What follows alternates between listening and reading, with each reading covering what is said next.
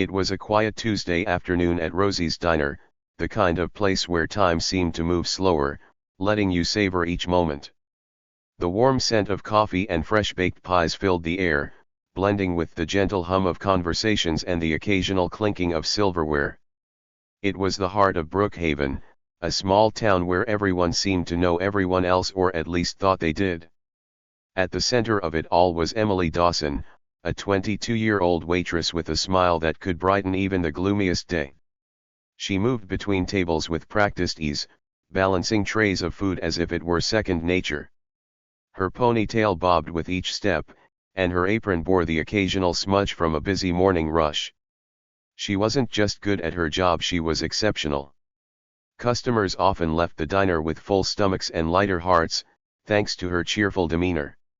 To anyone watching, she was just another hard-working young woman, making ends meet like so many others in this quiet town. But Emily Dawson was more than she seemed. Her life had never been as simple as serving pancakes and pouring coffee. She had grown up in a household where respect wasn't just expected, it was a way of life.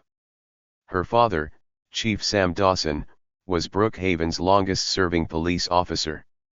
He wasn't just a lawman, he was a figure of authority, fairness, and quiet strength. Emily had inherited a lot from her father: his sharp eyes, his unshakable sense of justice, and his calmness under pressure. But while her father's reputation was widely known, Emily preferred to keep her connection to him under wraps. To her, the diner wasn't just a job, it was her sanctuary, a place where she could be herself without the shadow of her father's badge following her around. She didn't want special treatment or unwarranted respect because of her last name. Emily wanted to prove her worth on her own terms. And she was doing just that.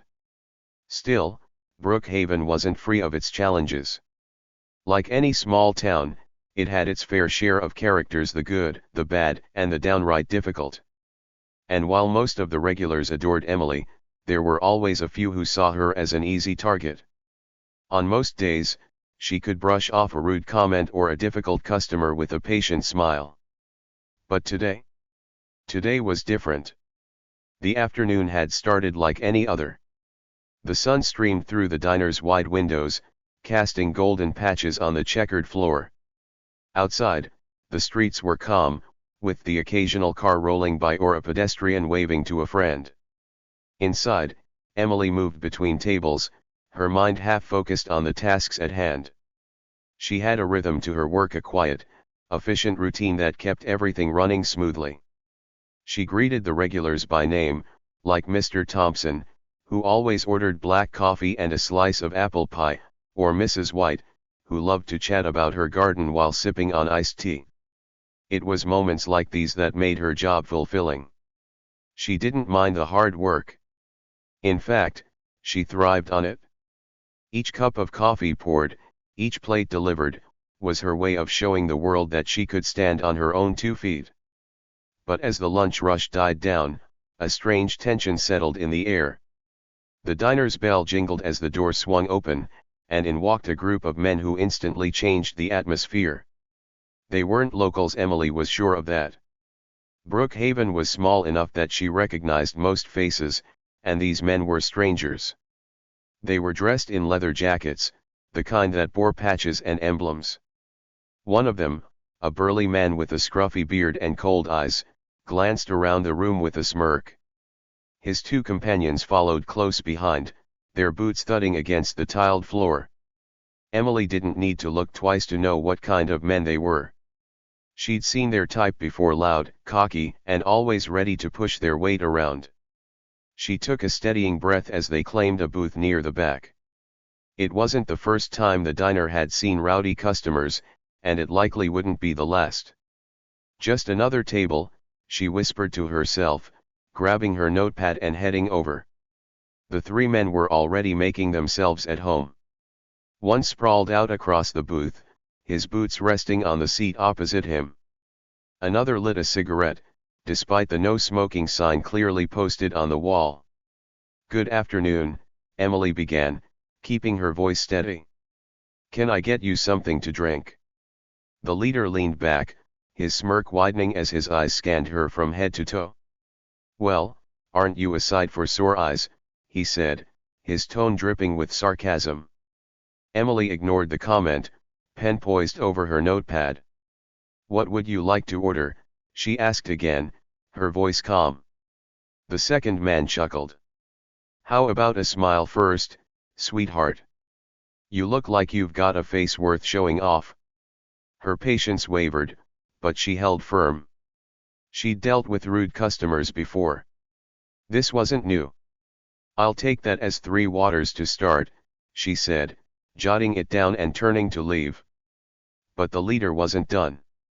"Hey, don't walk away when I'm talking to you," he barked, loud enough for the other diners to glance over. Emily froze for a moment before turning back, her expression neutral. "I'll be back with your drinks," she said simply, walking away without waiting for a response. Her heart raced as she reached the counter, but she didn't let it show. She'd learned long ago how to keep her cool, even when every nerve in her body screamed at her to react. "Trouble?" asked Rosie, the diner's owner, from behind the counter. "Nothing I can't handle," Emily replied, forcing a small smile. But deep down, she knew this wasn't going to be one of those problems that simply went away. Emily returned to their table with the waters, setting them down without a word. The men continued their commentary, their voices loud and obnoxious. Other customers shifted uncomfortably, their conversations faltering. She wanted to say something, to stand up to them, but she knew better than to escalate the situation. Not yet. Instead, she focused on her work, keeping her distance as much as possible. She had dealt with bullies before. She knew how to pick her battles. But something about these men felt different. As she glanced over her shoulder, she caught the leader watching her, his smirk replaced by something colder, more calculating. Emily didn't flinch. She wouldn't give him the satisfaction. What he didn't know, what none of them knew, was that Emily Dawson wasn't just a waitress. She was the daughter of Brookhaven's police chief. And if push came to shove, she wasn't afraid to remind them of that. Emily busied herself at the counter, her ears tuned to the men's conversations despite herself. Their voices carried easily in the small diner, rough and unapologetic. They weren't talking about food or anything light-hearted. Their words were harsh, punctuated with occasional laughter that didn't match the tone of the room. Rosie appeared beside her, gently placing a hand on Emily's arm. "If they give you too much trouble, just let me know," she said softly. Emily gave her a reassuring nod, but inside, her mind was already turning. She wasn't the type to back down, but she wasn't reckless either. There was a fine line between standing your ground and letting things spiral out of control. The leader's voice boomed again, pulling Emily's focus. "Hey, waitress. You got any real food back there, or just this greasy stuff on the menu?" Emily turned, plastering on the calmest expression she could muster. "The menu is what we've got, sir," she said evenly. "Sir," he repeated mockingly, leaning forward on the table. "I like that. You hear that, boys? She's got manners. Maybe I'll tip her after all." The other two laughed, but it wasn't the kind of laugh that came from a good joke. It was cruel, meant to make her feel small. Emily refused to let it work. She noticed the shift in the diner's usual atmosphere. The regulars were uneasy. Mr. Thompson, who always sat near the window with his newspaper, had barely touched his coffee. Mrs. White was uncharacteristically quiet, her knitting needles paused in her lap. Even the couple at the counter, who normally joked and whispered to each other, were stealing glances at the bikers. Emily hated seeing her community uncomfortable. The diner wasn't just a place for food, it was a safe space for everyone who walked through its doors. These men were disrupting that, and it made her blood boil. She caught her reflection in the stainless steel of the coffee machine. Her ponytail was slightly frayed, her face a little flushed, but her father's eyes were sharp and steady. "Stay calm," she reminded herself. Stay professional. But as much as she tried to focus, the men didn't let up. Hey, sweetheart, the leader called out again, louder this time. His voice sliced through the quiet hum of the diner. What's taking so long? You making the food yourself back there? Emily grabbed the nearest coffee pot, pouring a fresh cup for a customer at the counter before making her way over. What else can I get for you? She asked, her tone measured but firm. The man grinned, his teeth slightly yellowed. How about you sit down and join us? Bet a pretty thing like you's got some stories to tell. Emily clenched the handle of the coffee pot a little tighter, her knuckles whitening. I'm on shift, she replied, maintaining her composure. If you'd like to order something else, let me know. Ah, come on, the second man chimed in, leaning forward with a smirk. Don't be like that. We're just trying to be friendly. The leader's grin faded, replaced by a sharp edge. You know, it's rude to ignore your customers, especially when they're being generous. Emily stared at him for a moment. She wasn't scared not of these men. But she could feel the weight of every set of eyes in the diner on her, silently watching to see what would happen next. With a curt nod, she stepped back. I'll be back with your food shortly, she said, turning on her heel and walking away. Back at the counter, Emily took a deep breath. She could feel her hands trembling slightly as she refilled the coffee pot, but she didn't let it show. She knew what her father would say if he were here. Keep your head. Never let them see they've gotten to you. Chief Dawson had spent years teaching her how to handle conflict, not just physically but emotionally. He'd told her stories of his early days on the force, how the most important skill he'd learned wasn't how to throw a punch but how to keep his cool when tensions ran high. She'd always admired that about him, his ability to stay calm in the face of chaos. And right now, she was determined to do the same. But even as she steadied herself, she couldn't ignore the way her stomach twisted with frustration. Why did people like these men think they could walk into a place and treat others like they were beneath them? Emily's phone buzzed in her pocket, breaking her thoughts. She pulled it out, glancing at the screen. Dad, how's your day going? Need anything? Her lips twitched into a small smile. He always had a way of checking in at the right moment. Emily, all good. Just busy. I'll call you later. She slipped the phone back into her pocket, feeling a little more grounded. Minutes passed, and the bikers grew louder, their laughter echoing across the diner. It was the kind of noise that made everyone uncomfortable, a reminder that they were in control of the room. Emily was wiping down the counter when she heard the sound of a chair scraping against the floor. She turned to see the leader standing up, his towering frame blocking the light from the window. Hey, waitress, he called out, walking toward her with slow, deliberate steps. Got a problem with us? The room seemed to hold its breath.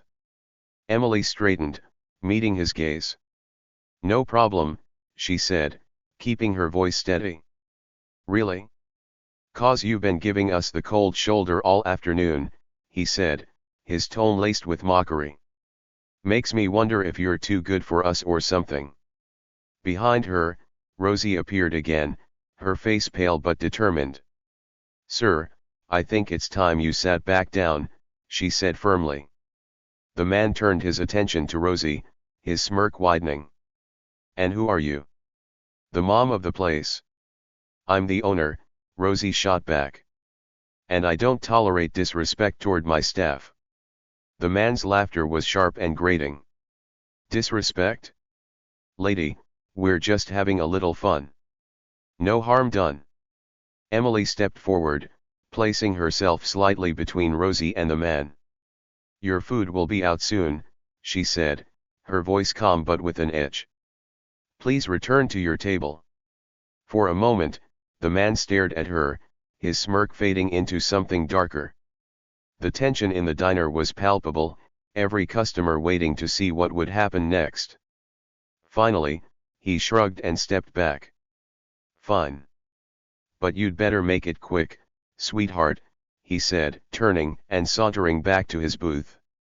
As he sat down, Emily let out a quiet breath she hadn't realized she was holding. Emily walked back to the kitchen, her mind racing. She knew this wasn't over. Men like him didn't back down easily, and it was only a matter of time before he pushed things too far. She reached for her phone again, her fingers hovering over her father's number. But she hesitated. Could she handle this on her own? Part of her wanted to believe she could. She wasn't a little girl anymore, relying on her dad to swoop in and fix everything. She was capable, strong, and smart. But another part of her, the part that knew how quickly situations like this could escalate, wasn't so sure. Finally, she made a decision. She typed out a quick message. "Emily, if you're free, could you swing by the diner? Just in case." She hit send and slipped the phone back into her pocket, her jaw set. Whatever happened next, she was ready. Or at least, she hoped she was. The peaceful hum of Rosie's diner broke apart like glass under the heavy rumble of motorcycles. The sound echoed down the quiet streets of Brookhaven and straight into the cozy little diner where life typically moved at its own unhurried pace. Heads turned toward the large front windows as 3 motorcycles rolled to a stop just outside, their black and chrome frames gleaming under the midday sun. The door swung open, and the first man stepped in. He was burly, his leather jacket adorned with patches that likely had stories no one in the diner wanted to hear. His beard was scruffy, and his eyes, cold and calculating, scanned the room with a smirk that reeked of trouble. Behind him came 2 others, equally imposing, their boots stomping heavily on the tiled floor as if the very ground should feel lucky to hold their weight. The low murmur of conversation faded, leaving only the soft sound of the diner's jukebox playing an old rock song in the background. Regulars who had been deep in their meals or idle chatter now hunched over their plates, eyes darting toward the newcomers with unease. Emily Dawson, standing behind the counter with a pot of freshly brewed coffee in hand, saw them immediately. She didn't need a long look to know what kind of men they were. The way they carried themselves with swagger and an air of entitlement told her everything she needed to know. Trouble. But Emily wasn't one to flinch at the first sign of conflict. She had grown up in a house where staying calm under pressure was as much a rule as taking your shoes off at the door. She placed the coffee pot back on its burner, grabbed her notepad, and made her way toward them, her ponytail bouncing lightly with each step. The 3 men had taken up a booth at the back, spreading out like they owned the place. The leader leaned back in his seat, one arm draped over the top of the booth, while his companions occupied the space with a casual arrogance. One of them had already lit a cigarette, ignoring the no smoking sign hanging prominently on the wall. Emily approached the table with the same polite smile she gave every customer. "What can I get you today?" The leader didn't answer right away. Instead, his smirk widened as he looked her up and down, the kind of stare that felt less like a glance and more like an unwanted inspection.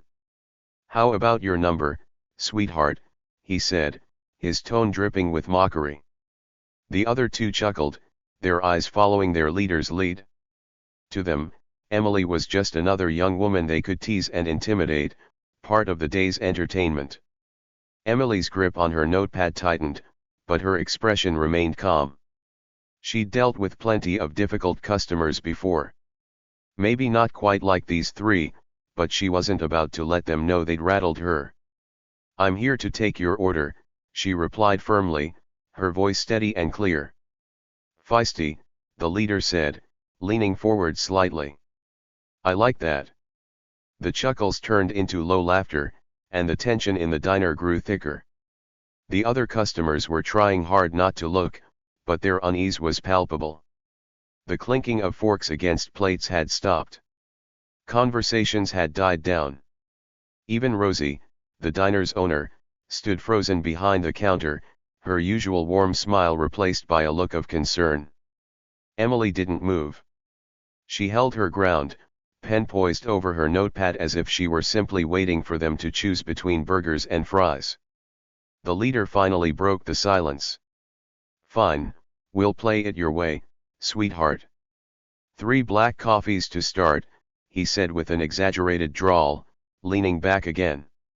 "Coming right up," Emily said, jotting down the order and turning on her heel. But as she walked away, she could feel their eyes still on her, the weight of their stares pressing against her back. She knew better than to react, though. Reacting was what they wanted.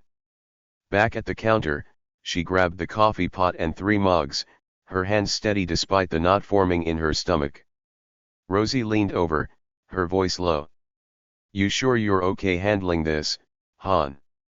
I can ask them to leave." Emily glanced over her shoulder. The bikers were laughing now, one of them tossing a packet of sugar back and forth like it was a toy. "It's fine," Emily said softly. "Let's see if they calm down once they get their coffee." But she wasn't entirely convinced. When Emily returned to the table, she placed the mugs down with practiced efficiency, filling each one with steaming black coffee. "Anything else?" she asked, keeping her tone neutral. The leader picked up his mug but didn't drink from it. Instead, he tapped the rim with his finger, his smirk never quite leaving his face. "Yeah," he said after a pause. "How about some pie? Got any of that apple stuff?" "We do," Emily replied, scribbling it down. 3 slices. "Make it 4, the second man chimed in, his grin wide. "I'm feeling hungry today." Emily nodded, turned to leave, but froze as the leader's voice rang out again. "Hey, wait a second." She turned back, her expression calm but her patience wearing thin. "You didn't tell me your name," he said, leaning forward on the table, his eyes locking onto hers. "Emily," she replied simply. "Emily," he repeated, rolling the name around in his mouth like he was trying it out. "Nice name. Suits you." She didn't respond, instead offering a curt nod before walking back to the counter. As she prepared the slices of pie, she could still hear them talking, their voices louder than necessary. They weren't just talking to each other, they were putting on a show, making sure everyone in the diner could hear them. "Small town like this, huh?" one of them said. "Bet everybody knows everybody. Kinda makes you wonder what secrets they're hiding." The leader laughed. "Yeah, like little Emily over there. She's got that look, you know. Sweet, innocent. But I bet she's got a wild side. Don't you, sweetheart?" Emily clenched her jaw, pretending not to hear as she placed the slices of pie onto plates. "Enough," Rosie muttered under her breath, stepping forward. But Emily placed a hand on her arm. "Let me handle it," she said quietly. Rosie hesitated, her lips pressing into a thin line. "You're too patient, Emily," she said, shaking her head. "But all right. Just call me if it gets worse." Emily carried the plates back to the table, setting them down without a word. "There you go," she said, straightening up. "Enjoy." The leader smirked again, picking up his fork. "Oh, we will." For a few minutes, the tension seemed to ease. The men dug into their pie, their conversation quieter now, though still punctuated by occasional bursts of laughter. The other patrons began to relax slightly, cautiously resuming their meals and whispered conversations. But Emily knew better. This wasn't over. And she was right. When she returned to clear their plates, the leader stopped her, placing a hand on the edge of the table to block her path. "You're pretty brave, you know that," he said, his tone softer now but no less unsettling. "I'm just doing my job," Emily replied, meeting his gaze without flinching. "Yeah, but most girls would have run off by now," he continued. "I respect that. Takes guts to stand up to guys like us." "I'm glad you're enjoying your meal," she said, sidestepping his comment. The man chuckled, leaning back in his seat. "Oh, I'm enjoying it, all right. But you know what would make it better? A little conversation. Sit down with us for a while. Emily shook her head, her voice firm. I've got other tables to take care of. The smirk fell from his face, replaced by something harder.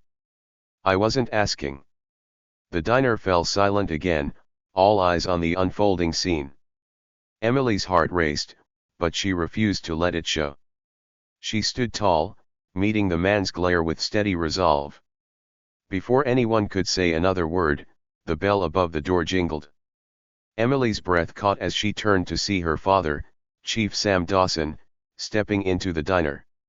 His uniform was crisp, his badge gleaming under the afternoon sunlight.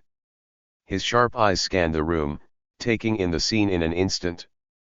"Everything all right here?" he asked, his voice calm but carrying an unmistakable authority. The leader's smirk disappeared completely. For the first time since they'd entered, the bikers looked unsure. Emily felt a wave of relief wash over her. Trouble had come to the diner, but so had justice. The sight of Chief Sam Dawson stepping into the diner had a palpable effect on the room. Conversation stopped mid-sentence, forks froze mid-air, and all eyes shifted to the towering figure in the doorway. Emily's father was well known in Brookhaven not just for his role as the police chief, but for the quiet authority he carried. When Sam Dawson walked into a room, you paid attention. The bikers didn't miss a beat. The leader glanced over at the chief, his smirk creeping back onto his face as if he'd decided the man in uniform wasn't a threat. "Just enjoying a little pie, officer," he drawled, leaning back in his seat. Chief Dawson's sharp gaze moved from the leader to his two companions, then to Emily, who stood motionless by the table. She was trying to keep her expression neutral, but he knew his daughter too well. Something was off. "You all right, Em?" he asked, his tone even, though his eyes told a different story. "I'm fine," Emily replied, her voice steady. The leader chuckled, exchanging a glance with his buddies. "Didn't realize the coffee came with family visits," he said, gesturing to the chief. Sam ignored the comment, taking a slow step forward. "Funny thing about small towns," he said, his eyes still locked on the leader. "Everyone looks out for each other. So when I see my daughter standing here with three strangers who don't seem to know how to behave in a public place, I tend to ask questions." The tension in the room skyrocketed. The other patrons were silent, their gazes darting between the bikers and the chief like they were watching the prelude to a storm. The leader leaned forward, resting his elbows on the table. "We're just paying customers, officer," he said, his tone oozing mock innocence. "Didn't know having a meal was a crime." Sam's expression didn't change, but there was a sharp edge to his voice when he replied. "I didn't say it was. But disrespecting my daughter? That's a different story." Emily's eyes widened slightly. Her father rarely used his position to intimidate anyone, but when he did, it was because the situation called for it. The second biker, a wiry man with a snake tattoo coiling around his neck, shifted uncomfortably in his seat. "Hey, we don't want any trouble," he said, his voice quieter now. The leader shot him a look, silencing him with a glare. Then he turned back to the chief, his smirk returning. "No trouble here. Just some friendly conversation." "Right, Emily." He said her name like it was a taunt, and for the first time, Sam's calm exterior cracked just enough to show a flicker of the protective anger simmering beneath. Emily stepped in before the situation could escalate further. "I've got this, Dad," she said firmly, her eyes meeting his. Sam hesitated, clearly torn. He trusted Emily's ability to handle herself. She'd proven her strength time and time again. But the instinct to protect her was hard to suppress, especially in the face of men like these. "Fine," he said after a long moment. "But I'll be sitting over there if you need me." He pointed to an empty booth near the counter, his gaze lingering on the leader for a beat longer than necessary. As he walked away, the leader's smirk deepened, and Emily knew he thought he'd won something. "So," he said, turning back to her, "where were we?" "You were finishing your pie," Emily replied, her voice as calm as she could manage. The leader chuckled again, but this time it was quieter, more subdued. The presence of her father seemed to have tempered some of his bravado, though not enough to make him back down entirely. "You've got guts," he said, picking up his fork. "I'll give you that." Emily didn't respond. She collected the empty coffee cups from the table, careful not to make eye contact. As she turned to leave, she heard him mutter something under his breath. It was too low for her to catch the words, but the tone was unmistakable, contemptuous, mocking. Back at the counter, Rosie was waiting for her, her brow furrowed with concern. "You sure about this, Emily?" she asked in a hushed voice. "I don't like the way they're acting." Emily set the cups down with a quiet sigh. "I'm fine, Rosie. They're just trying to get a reaction. If I ignore them, they'll get bored and leave." Rosie didn't look convinced. "I hope you're right. But if they push it any further, I'm calling your dad over." Emily nodded, though she silently hoped it wouldn't come to that. The last thing she wanted was for her father to have to step in again. She knew he'd do it without hesitation, but she also knew he had enough on his plate without dealing with men like these. For a few minutes, the tension seemed to ease. The bikers kept to themselves, talking in low voices as they finished their pie. The other customers began to relax, cautiously resuming their meals and conversations. Even the jukebox seemed to play a little louder, filling the diner with the comforting hum of music. But Emily wasn't fooled. When Emily returned to the bikers' table to collect the plates, the leader stopped her again. This time, he grabbed the edge of the plate she was reaching for, forcing her to meet his gaze. "You're a tough one," he said, his voice quieter now but no less unsettling. "Most people in this town probably don't give you much trouble, huh?" Emily didn't flinch. "I just do my job," she replied evenly. "That's what I like about you," he said, releasing the plate. "You've got backbone." She didn't respond, stacking the plates quickly and stepping back. As she turned to leave, the second biker spoke up, his voice loud enough for everyone to hear. "Bet she's got her daddy watching her back all the time," he said with a laugh. The third man joined in, his grin wide. "Yeah, maybe we should stick around and see if she's as tough as she acts when he's not around." Laughter erupted from their table, and Emily felt the heat rise in her cheeks. Sam was on his feet before she could react, his boots thudding against the tiled floor as he closed the distance between them in a matter of seconds. "That's enough," he said, his voice sharp and commanding. The laughter died instantly. "You've had your meal. Now it's time to leave," Sam continued, his eyes boring into the leader. The man leaned back in his seat, his smirk faltering for the first time. "We're paying customers," he said, though there was no conviction in his voice. "And you're no longer welcome," Sam replied. For a long moment, no one moved. The leader's smirk was gone, replaced by a scowl as he weighed his options.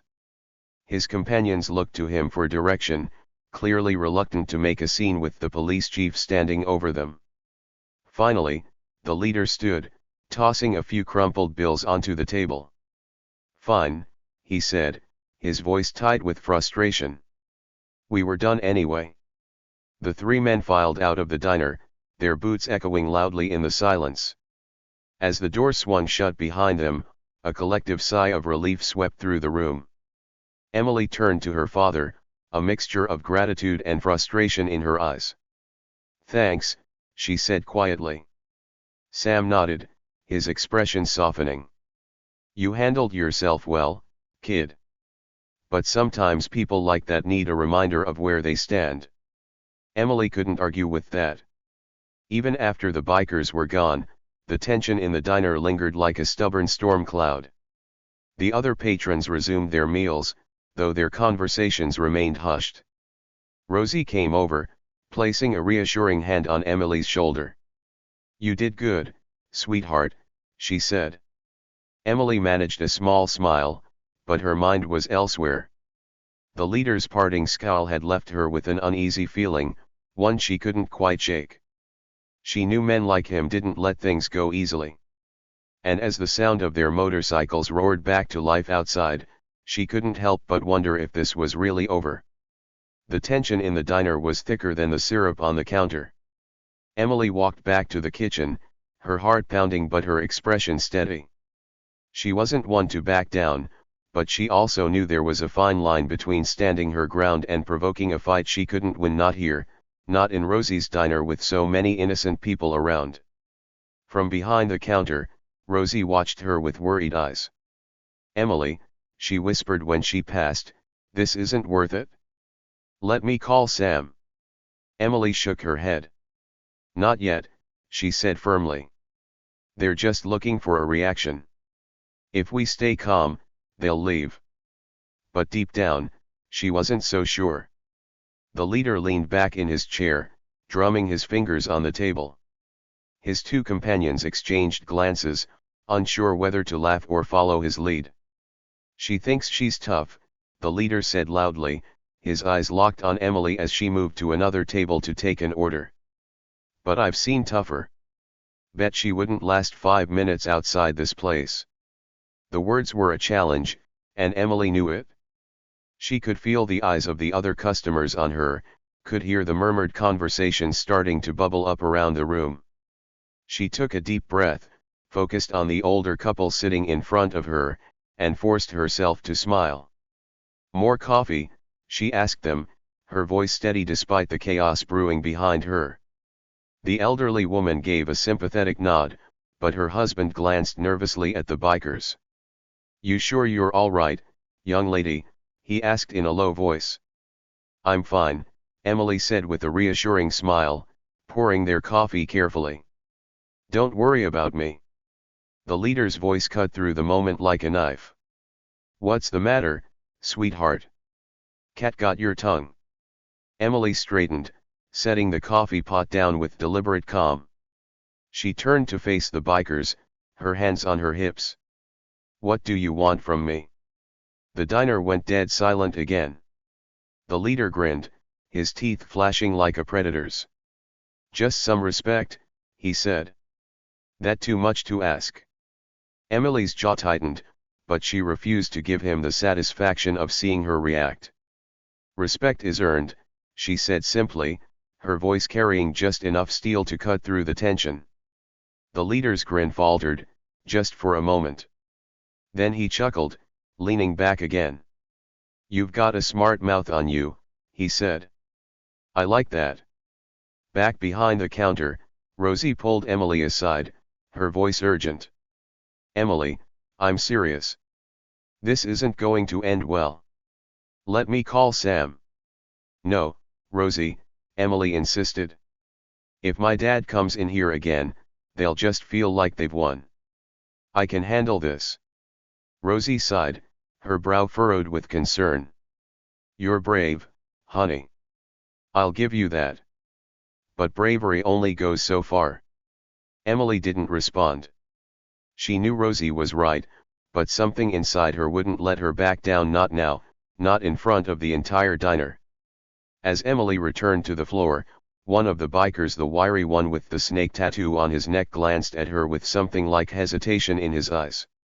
"Maybe we should ease up, Vic," he muttered to the leader. Vic, the name of the burly leader, turned to him with a sharp glare. "What's the matter, Snake? Losing your nerve?" Snake shrugged, looking away. "I'm just saying. It's a small town. Word gets around." Emily caught the exchange and filed it away in the back of her mind. Snake might not be the worst of them, she thought. He might even be useful. Emily walked by their table again, this time ignoring their jeers completely. Vic slammed his fist on the table, rattling the empty plates and glasses. "Hey! I'm talking to you," he barked, his voice booming through the diner. Emily stopped in her tracks, her back stiffening. She turned slowly, her eyes locking with his. "You don't scare me," she said, her voice calm and steady. Vic stood up, his full height towering over her. The diner held its breath. "You think you're tough," he snarled, his face inches from hers. "Let me tell you something, little girl. I've been in places that would chew you up and spit you out. You don't know the first thing about real life." Emily didn't move, didn't blink. "And you don't know the first thing about respect," she shot back. The room went silent, the tension so thick it felt like the walls themselves were holding their breath. Before Vic could respond, the door to the diner swung open. A man in a crisp suit stepped inside, his polished shoes clicking against the tile. He looked out of place in Rosie's diner, but the confidence in his stride said he didn't care. Vic glanced at the newcomer, his brow furrowing. "Who the hell are you?" The man didn't answer right away. Instead, he walked up to the counter and handed Rosie a business card. "Detective Marcus Reed," he said, his voice calm but authoritative. "I'm looking for Chief Dawson." Emily's heart skipped a beat. What was a detective doing here? Rosie glanced at Emily, then back at the detective. "He's not here right now," she said carefully. Detective Reed nodded, slipping the card back into his pocket. "When he comes in, tell him I need to speak with him. It's urgent." Vic snorted, crossing his arms. "What's this? Some kind of police convention?" Reed turned to him, his expression unreadable. "Just doing my job," he said. Then his eyes flicked to Emily, lingering for a moment before he turned and left the diner. Emily felt a chill run down her spine. There was something about the way he'd looked at her, like he knew something she didn't. The moment the door closed behind Detective Reed, Vic's bravado returned. "Cops," he muttered, shaking his head. "Always sticking their noses where they don't belong." Snake glanced at the door nervously. "Maybe we should wrap it up, Vic," he said. "We don't want any more heat." But Vic wasn't ready to leave. He turned back to Emily, his eyes narrowing. "You've got something to hide, don't you?" he said, his voice low and menacing. "Something you don't want us to know." Emily's stomach twisted, but she didn't let it show. "I don't know what you're talking about," she said evenly. Vic leaned closer, his voice dropping to a whisper. "We'll see about that." As the bikers finally left the diner, their motorcycles roaring to life outside, Emily let out a slow breath she hadn't realized she'd been holding. But she knew this wasn't over. Vic's parting words echoed in her mind, a promise that trouble was far from gone. Rosie came over, placing a comforting hand on her shoulder. "You did good, honey," she said. "But you need to tell your dad about this. They're not just going to disappear." Emily nodded, her resolve hardening. She wasn't sure what Vic was planning, but she knew one thing for certain, she wasn't going to let him win. The bikers didn't leave the parking lot immediately. Emily watched from the window as they lingered outside, their voices carrying through the glass. Vic stood by his motorcycle, gesturing animatedly, while the others nodded or shrugged. Snake looked uneasy, occasionally glancing toward the diner as if he expected someone to come charging out. Emily couldn't shake the feeling that they weren't just loitering, they were plotting something. Her instincts, honed from years of watching her father operate as the town's police chief, told her this wasn't the end. Back inside, Rosie leaned in close. "They're still out there, Emily. Should we call the sheriff's department?" Emily hesitated. Her father had always told her to trust her gut, and right now, her gut told her the situation needed careful handling. If they called the cops too soon, it could escalate. "Not yet," she said, her voice low. "Let's see if they leave on their own. No sense starting a bigger mess." Rosie's lips tightened, but she nodded. "All right. But if they come back in, we're not waiting." Emily agreed, but she couldn't ignore the uneasy weight settling in her chest. As she returned to clearing tables, Emily's thoughts churned.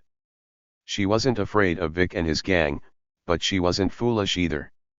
They had the kind of confidence that came from getting away with things too many times, the kind of arrogance that came from believing they were untouchable.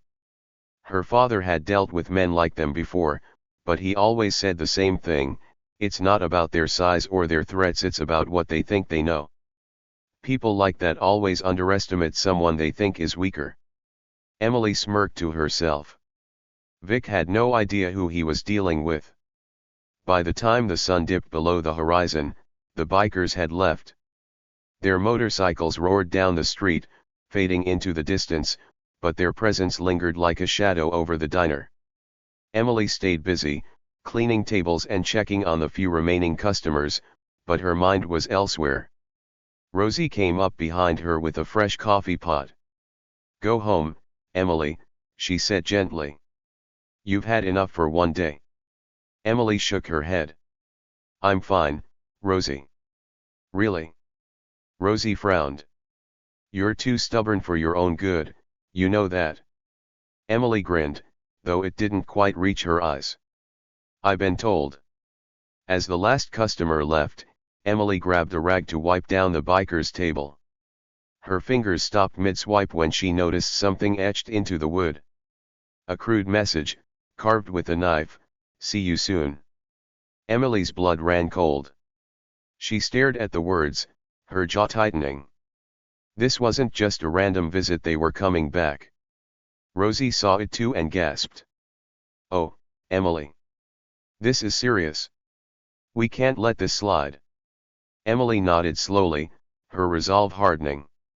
"I know." She reached for her phone and dialed a number she knew by heart. Her father picked up on the second ring. "Emily. Everything okay?" His voice was calm, but she could hear the undertone of concern. "We had some trouble at the diner," she said, keeping her voice steady. "A group of bikers. They didn't do anything, yet. But they left a message, Dad." Carved it right into the table. There was a pause on the other end, then a low sigh. "What did it say?" "See you soon," Emily replied. Her father's tone shifted, his words sharp and precise. "Did they threaten you directly? Did anyone get hurt?" "No, but they were pushing their luck," Emily said. "I don't think they're done." "Stay put," he said firmly. "I'm sending a patrol car your way. I'll handle this." The patrol car arrived within 20 minutes, its lights flashing briefly before settling in the parking lot. Officer Martinez, a young but capable cop Emily had known since high school, stepped out. "Your dad said to keep an eye on things," Martinez said, offering a reassuring smile. "Don't worry, Emily. Nobody's getting past me." Emily nodded, grateful but still uneasy. The bikers were unpredictable, and she couldn't shake the feeling that they thrived on making people feel unsafe. Later that night, as Emily was locking up, a familiar figure appeared at the door. Snake, the wiry biker, stood just outside, his hands shoved deep into his pockets. Emily froze, her heart hammering. She glanced at Martinez, who was already stepping out of the patrol car. "Everything okay here?" Martinez called, his hand resting on his holstered weapon. Snake raised his hands in mock surrender. "Relax, officer. I'm not here to cause trouble." Emily stepped outside cautiously. "What do you want?" Snake shifted uncomfortably, his eyes darting between Emily and Martinez. "I just wanted to say I didn't sign up for this. Vic's got his own agenda, but I'm not part of it." Emily frowned, crossing her arms. "So why are you here?" Snake hesitated, then said, "Because he's planning something. He didn't tell me everything, but it's not good. Thought you should know."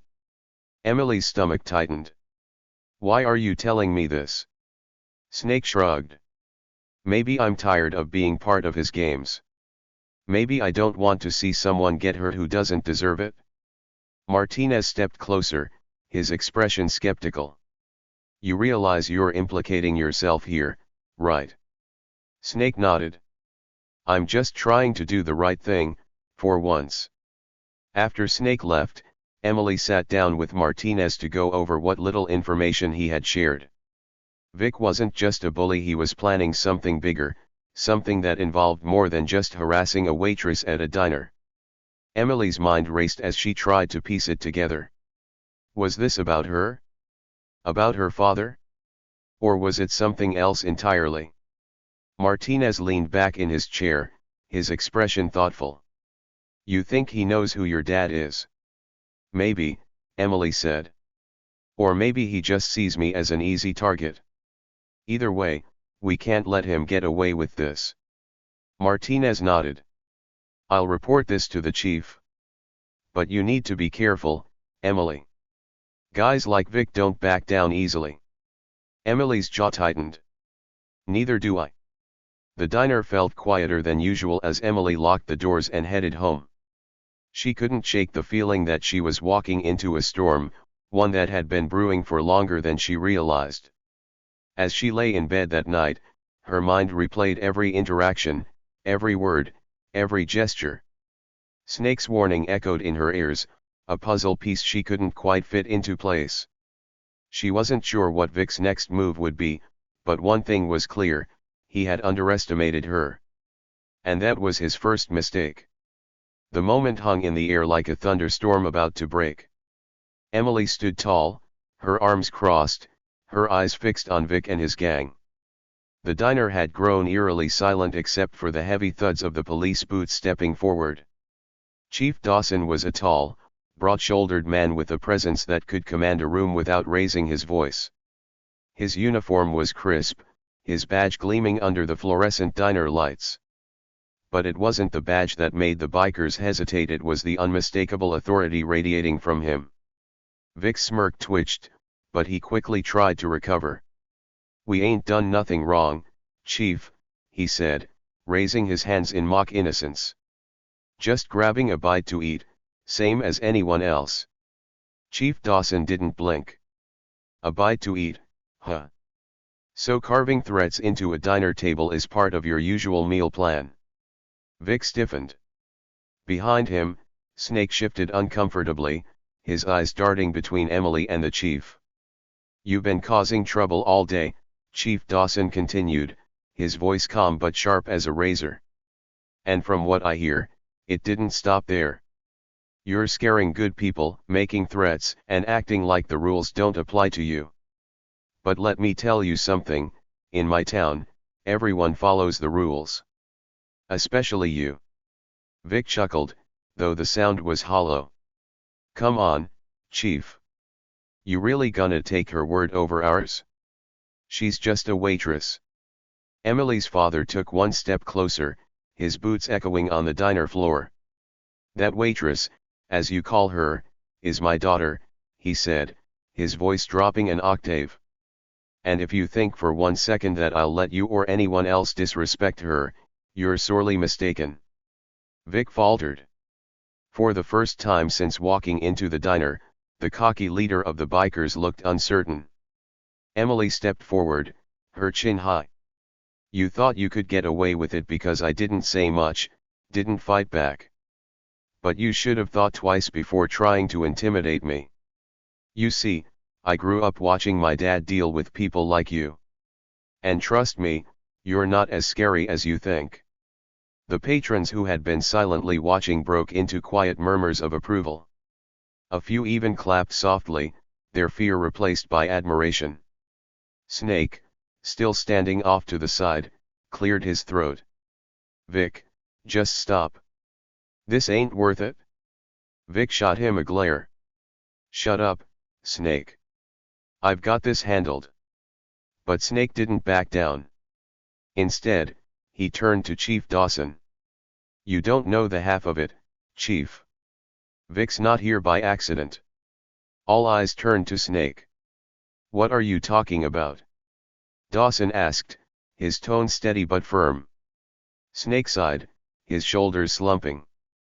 We didn't just stumble into this diner. Vic's been watching you, Chief.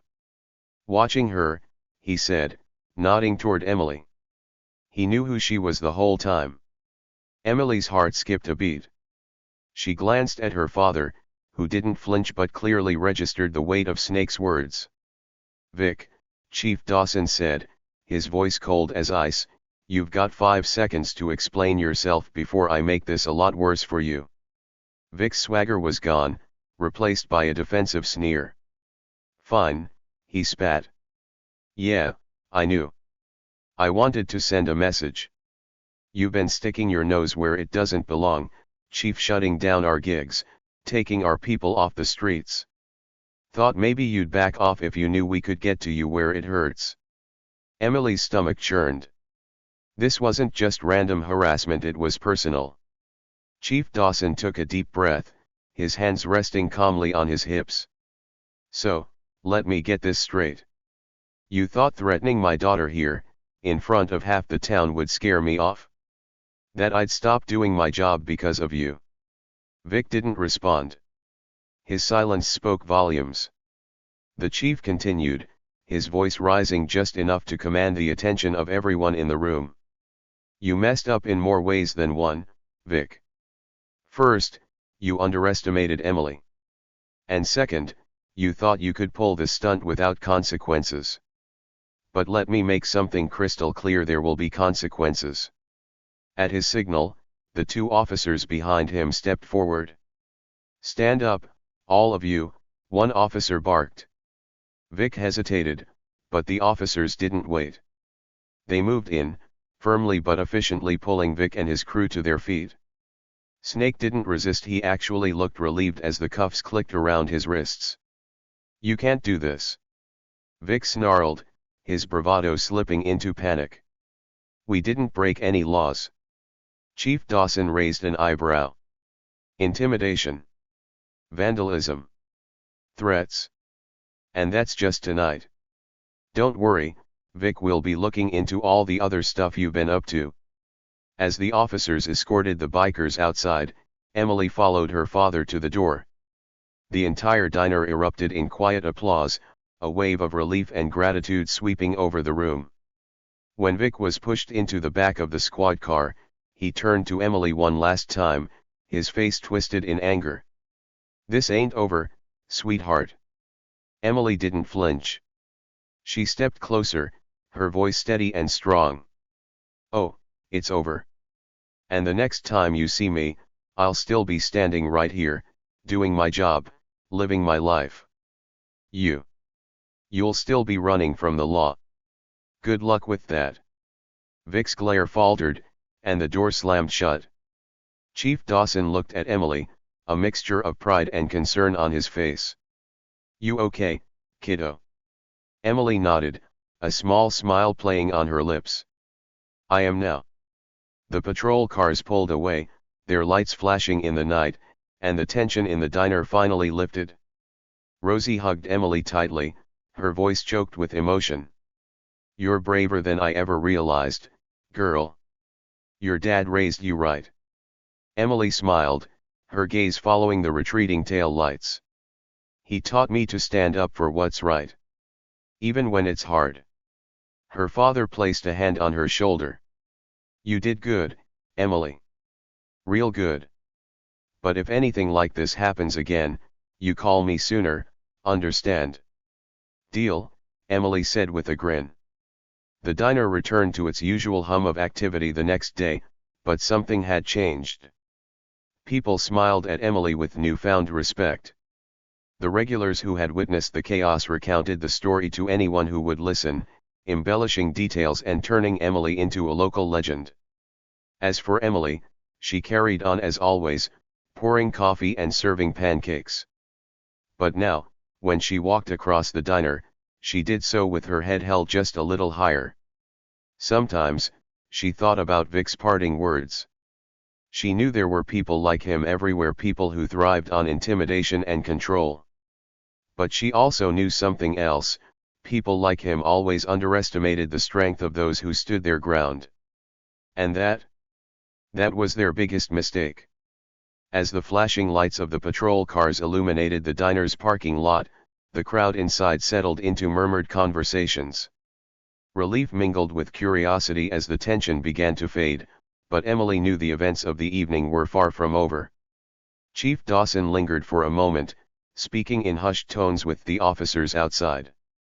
Emily, still standing near the door, could feel the adrenaline fading, leaving her both exhausted and oddly energized. The remaining patrons watched her with a mix of admiration and amazement.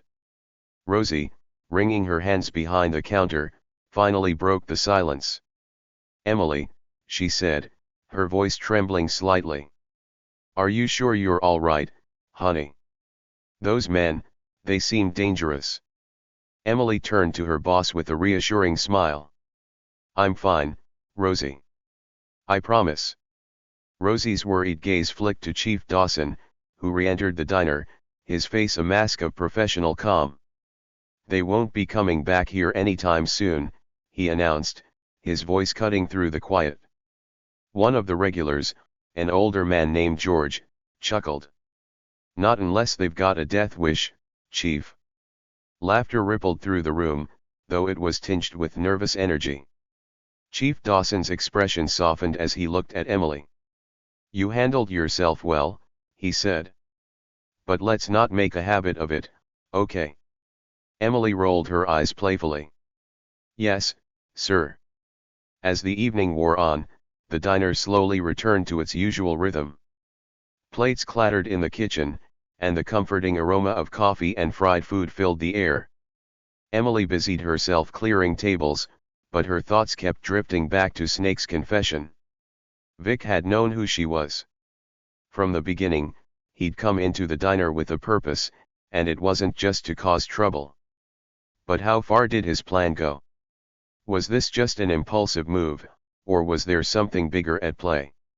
Her father seemed to share her unease. He lingered by the counter, sipping a coffee Rosie had made for him. "You're thinking about what Snake said," Emily guessed, sliding into the seat across from him.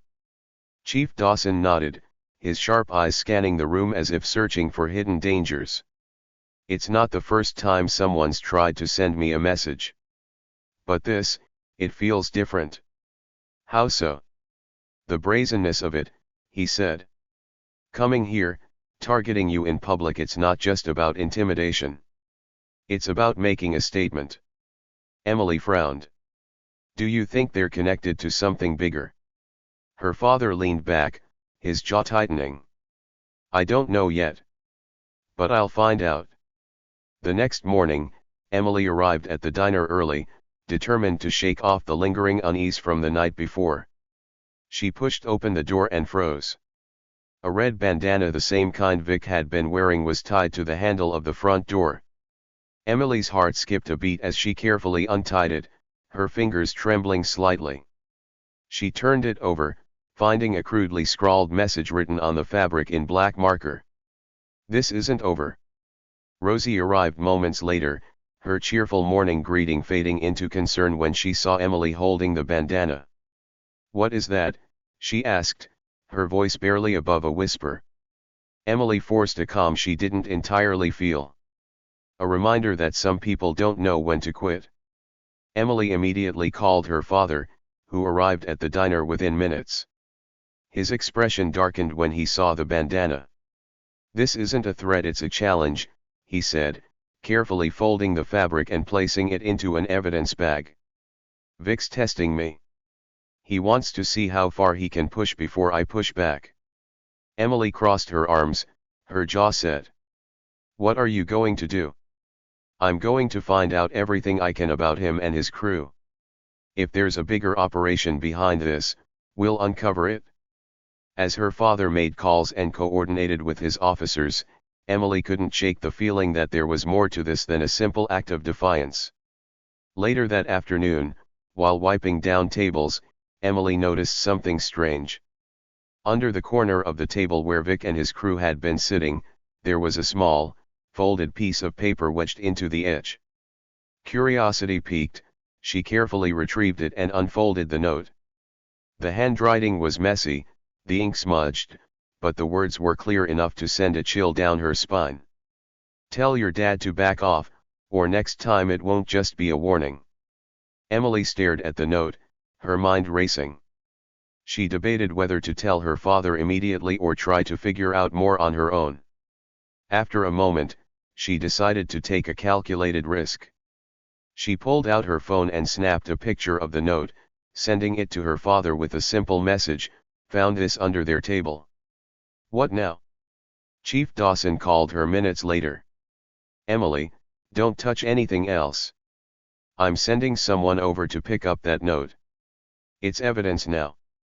As Emily waited, she couldn't help but feel a strange sense of determination. The fear she might have felt was replaced by a growing resolve. Vic and his crew wanted to intimidate her, to make her feel powerless. But instead, they'd lit a fire inside her. When the officer arrived to collect the note, he assured her that the department would analyze it for fingerprints or any other clues. By the end of the week, the police had gathered enough information to confirm what Emily and her father had suspected: Vic wasn't acting alone. He was part of a larger network involved in illegal activities, including smuggling and extortion. Chief Dawson shared the findings with Emily one evening over dinner. "It's bigger than we thought," he said. "Vic's gang is just a small part of a much larger operation. They've been trying to expand into Brookhaven, and I've been a thorn in their side." Emily listened intently, her mind racing.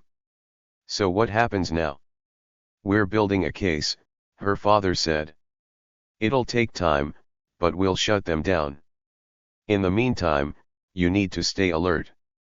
They might try to target you again." Despite her father's warnings, Emily refused to let fear dictate her life. She continued working at the diner, her chin held high, her eyes sharp.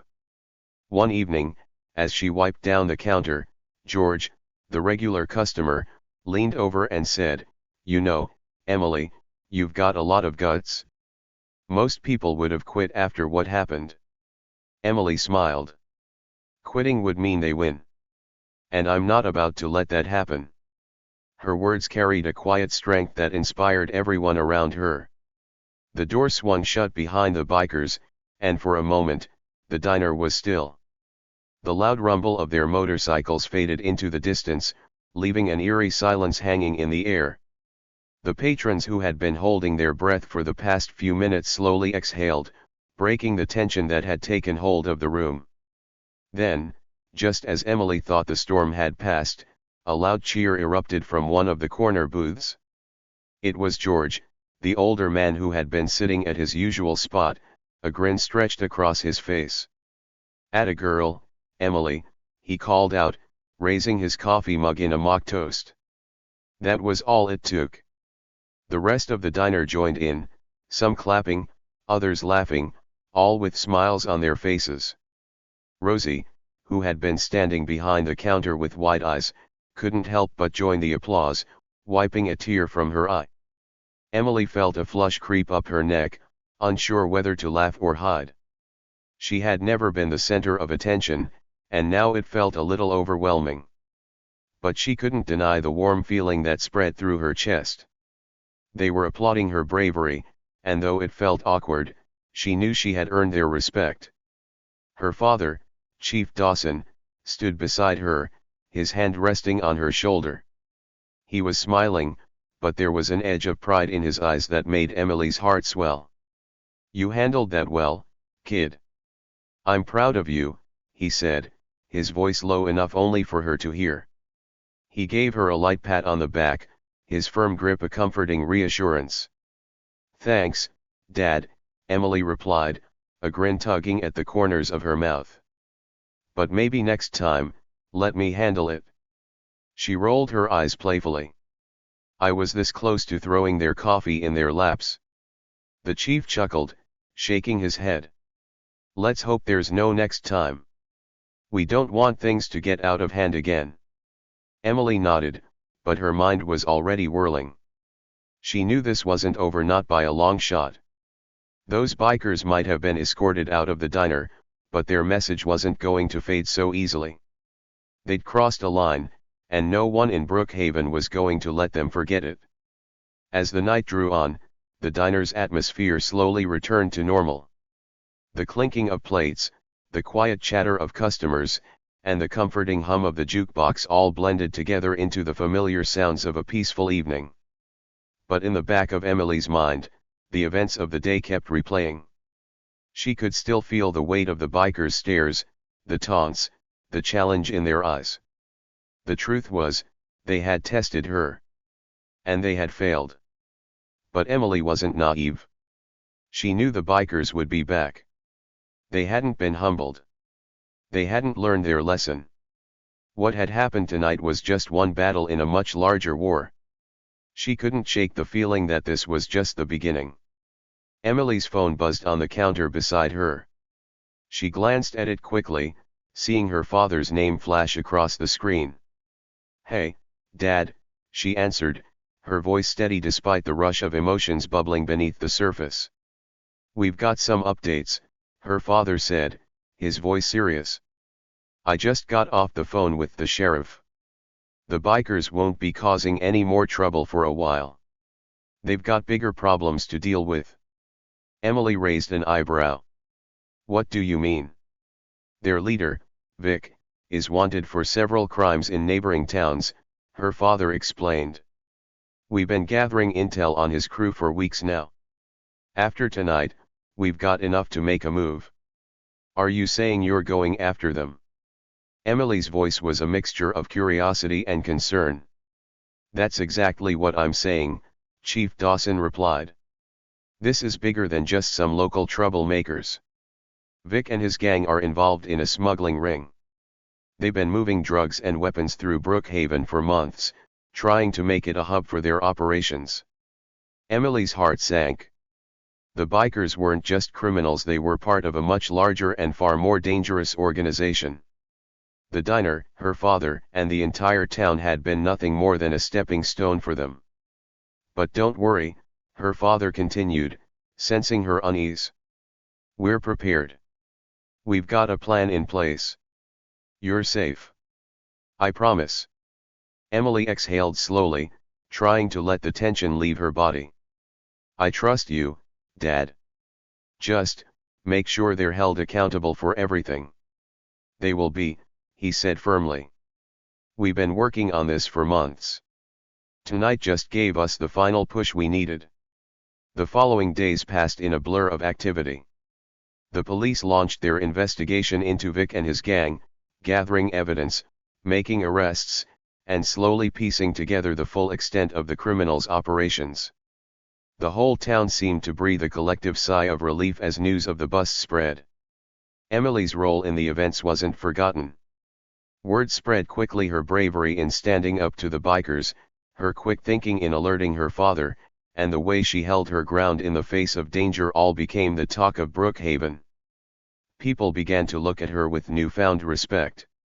She wasn't just a waitress anymore, she was a woman who had faced down danger and stood tall, never once backing down. George, the old man from the diner, came by a few days later with a grin plastered on his face. "You know, Emily," he said, lowering his voice as if sharing a secret, "I'm starting to think you're the toughest one in this whole town." Emily laughed softly, shaking her head. "You're too kind, George. I'm just doing what needed to be done." But even as she said it, she knew that wasn't entirely true. What she had done wasn't just about stopping the bikers. It was about sending a message to anyone who thought they could intimidate her, or anyone else in Brookhaven, for that matter. She had shown that no one was above the law, not even the toughest of criminals. And that felt good. The final piece of the puzzle fell into place when Vic was arrested, along with several of his gang members. The authorities had gathered enough evidence to charge them with multiple offenses, including smuggling, extortion, and racketeering. Emily's father became a local hero, but in her eyes, he had always been a hero. He had always been the man who stood up for what was right, no matter the cost. The morning after the arrests, Emily walked into the diner and found the atmosphere completely different. People were smiling, exchanging stories of the recent events with excitement in their voices. Rosie, who had been understandably worried during the whole ordeal, was now beaming. "You did it, Emily," she said, her voice full of pride. "You stopped them. And you made this town a safer place." Emily nodded, but the smile on her face was humble. "We all did it, Rosie. We all did it." As the weeks passed, life in Brookhaven slowly returned to normal. The streets felt safer, the air lighter. The bikers and their dangerous activities were no longer a threat to the town. And while Emily was glad to see the end of that chapter, she knew one thing for certain: she had grown stronger through it all. She wasn't just the quiet girl working behind the counter anymore. She had proven that she could stand up for herself, and for the people she cared about. Later, as she walked home with her father, she reflected on everything that had happened. "You know, Dad," she said, glancing up at him, "I've learned a lot these past few weeks." "Yeah? What's that?" he asked, his tone curious. "Sometimes, the right thing isn't the easiest thing to do," Emily said, her eyes fixed ahead. "But when you do it, you realize that it was worth all the trouble." Her father smiled, his hand resting proudly on her shoulder. "You're right about that, kiddo."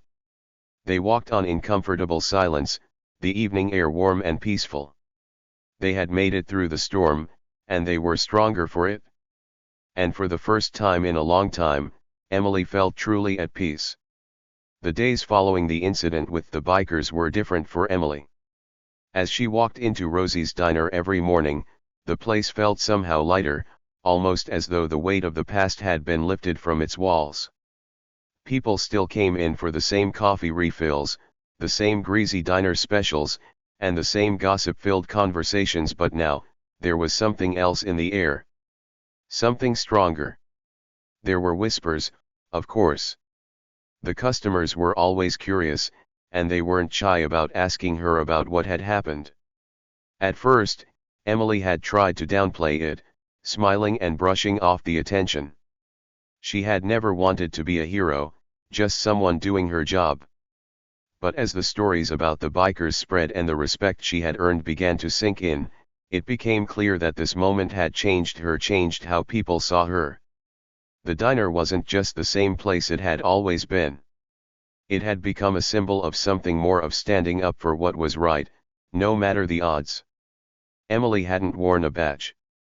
She hadn't been dressed in a uniform. She hadn't been someone with power or status. She was just a waitress, one of many who worked long hours for a paycheck. But that day, in the face of danger, she had found the strength to speak up, to stand her ground, and to demand the respect she deserved. It wasn't lost on her that sometimes, in this world, the most unexpected people are the ones who make the most difference. As she served coffee to the regulars, Emily couldn't help but notice the way they looked at her now. The older men who once joked about her being too young for the job now gave her nods of approval. The women, who had always whispered in the corner booths, now smiled at her like she was one of them, like she had earned her place among them. And she had. The town of Brookhaven, once quiet and quaint, had shifted slightly. The people here were tougher now, their shoulders squared a little more, their heads held a little higher. Emily knew that this change wasn't because of the arrest or the bikers' downfall. It was because, in the moment when fear could have taken hold, the people of Brookhaven had witnessed a young woman standing up for herself. And that was something more powerful than anything they had seen before. Even Rosie, the diner's owner, who had always been there with a warm smile and a comforting word, had a new light in her eyes. It wasn't just pride for her employee, it was a deep respect. Rosie knew what it took to stand up to people who thought they could push others around. She had lived through her own battles, and now, she watched Emily with a new kind of understanding. As Emily carried a tray of food to a booth, she overheard a conversation between two customers. "Did you hear about that girl?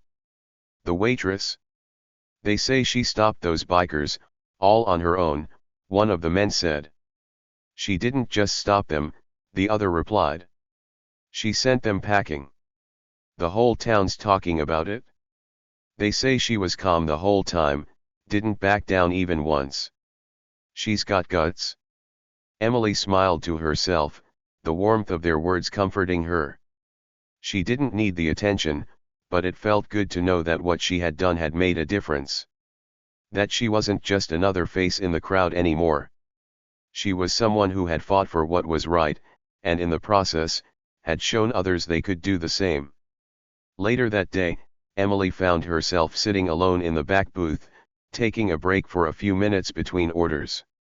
The diner was busy as usual, the sound of chatter and the clinking of coffee cups filling the air. Her phone buzzed on the table. It was a message from her father. Just wanted to check in. How's everything going? Still proud of you, kiddo. She smiled, reading the message a second time. Her father had always been there for her, whether it was for guidance or support, or just a simple "I'm proud of you." But today, it meant more than ever. Because now, she understood what it really meant to stand tall not just for others, but for herself. Hey, Emily, you all right? Rosie's voice broke Emily out of her thoughts. The older woman stood at the counter, wiping her hands on her apron, her face full of concern. Yeah, just thinking, Emily said, pushing her phone aside. It's still a little strange, you know? The whole thing. The bikers, the cops, the attention. I know what you mean, Rosie said, walking over and sitting across from Emily. But you did something important. You showed everyone that we don't take crap from anyone. Not here, not in our town. Emily looked at her, studying the woman's face, and for the first time, truly understood the weight of what she had done. This wasn't just about one incident. This wasn't just about standing up to some bikers who thought they could intimidate her. It was about proving to herself, and to everyone else, that sometimes it's not the badge or the uniform that makes a person strong. It's the heart. And the willingness to do what's right when no one else will. You're right, Emily said softly. It wasn't just about them. It was about showing everyone, including myself, that you don't have to be afraid of the bullies. You don't have to back down. Rosie smiled, her eyes softening. Exactly. And you showed us all how it's done. The diner grew busier as the evening went on, but Emily carried with her a new sense of confidence. She was no longer just the young waitress behind the counter. She had proven her strength, her resilience, and her ability to stand up for herself. And in doing so, she had earned the respect of her town. As Emily cleared a table near the window, her eyes lingered on the streets outside. The sun was setting, casting a warm glow over the quiet town. For the first time in a long while, Emily felt at peace. She had learned something about herself that she would carry with her forever. The world would always try to push people down, especially those who seemed like easy targets. But it was in those moments, when things seemed impossible, that the real strength came out. And strength didn't come from power or status. It came from within. Sometimes, you didn't need a title to make a difference. Sometimes, it was just about standing up for what was right, knowing that you had the power to change things. Because in the end, respect is earned. But for those who refuse to give it, well, they always find out the hard way. And as Emily watched the cars pass by outside, she couldn't help but feel proud of the woman she was becoming, someone who wasn't afraid to fight for what was right, no matter the cost. She knew this was just the beginning.